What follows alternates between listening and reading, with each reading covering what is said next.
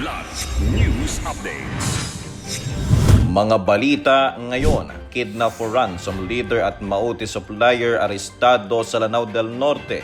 Kabayanihan ng mga nasawing airmen, binigyang pugay ng Philippine Air Force. 1.1 billion pesos halaga ng droga sinunog ng PDEA sa Zamboanga, pinakamalaki sa rehiyon. Ako po si Cesar Soriano para ihatid ang nangungunang mga balita sa buong kapuluan ngayon.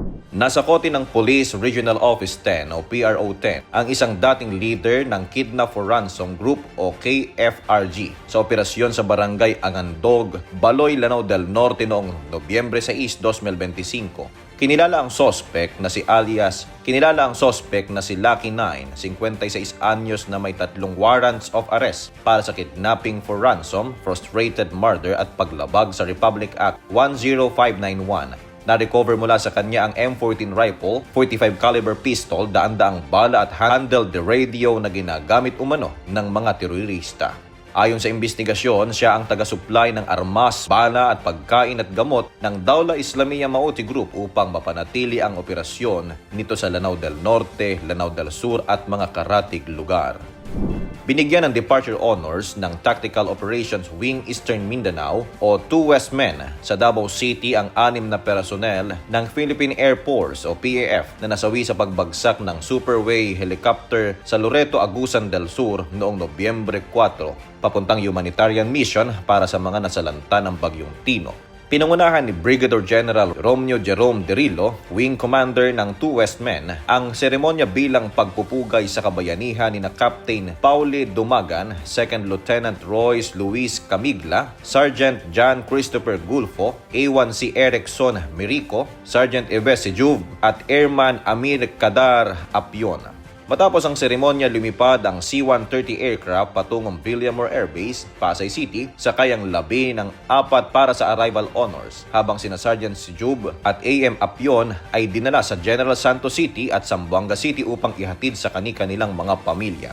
Sa huling pagpupugay, iginawad sa kanila ang Distinguished Aviation Cross, isang pagkilalang magpapaalala sa kabayanihan, sakripisyo at walang hanggang dangal ng mga tagapagtanggol ng himpapawid.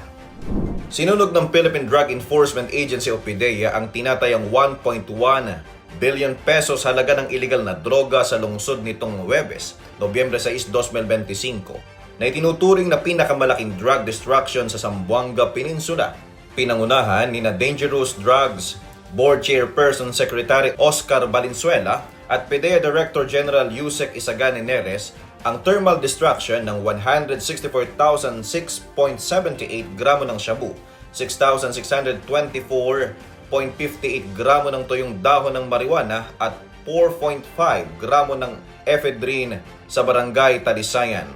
Ayon kay PDEA 9 Director Brian Babang, kabilang dito ang 67 kilo ng shabu, 455.6 million pesos na nasabat sa Barangay Bungaw noong Agosto 19 at 89 kilo ng shabu na nakuha ng PNP DEG sa Barangay Rio Hundo noong Agosto 31. Pinuri ni Neres ang PDEA 9 sa kanilang matagumpay na operasyon at transparency habang sinaksihan ng mga kinatawan ng DOJ, PNP, Militar, PCG, opisyal ng lokal na pamahalaan at mga hukom ang pagsira sa mga ebidensya. Para sa Kidlat News Channel, ito si JP Adaw, nag-uulat. Ako po si Cesar Soriano, kasama nyo sa bawat pagputo ng balita.